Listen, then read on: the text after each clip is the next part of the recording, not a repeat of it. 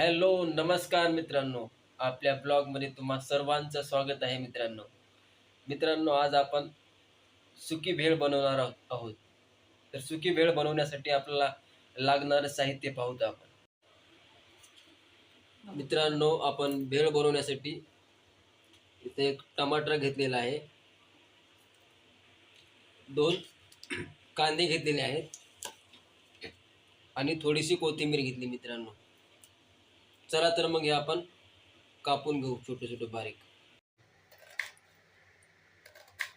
मित्रांनो, अशा प्रकारे आपला बारीक कांदा कापून झालेला आहे. मित्रांनो, टमाटर कापून घेऊ आपण.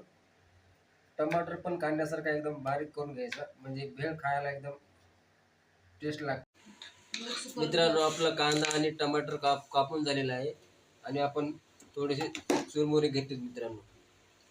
चुरमुरे घेतले, त्यामध्ये आपण कांदा आणि टमाटर टाकलेले मित्रांनो.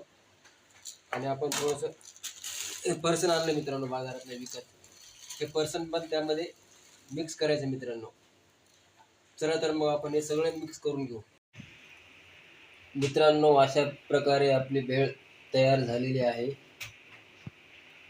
तुम्ही पण घरी नक्कीच ट्राय करा मित्रांनो अशी भेळ. बाजारातून विकत आणण्यापेक्षा घरी नक्कीच ट्राय करा मित्रांनो.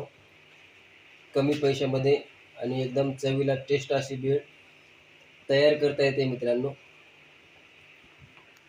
मित्रांनो, तुम्हाला व्हिडिओ आवडला असेल तर नक्कीच शेअर करा, कमेंट करा, लाईक करा आणि सबस्क्राईब करायला विसरू नका. पुन्हा भेटू आपण नवीन व्हिडिओमध्ये.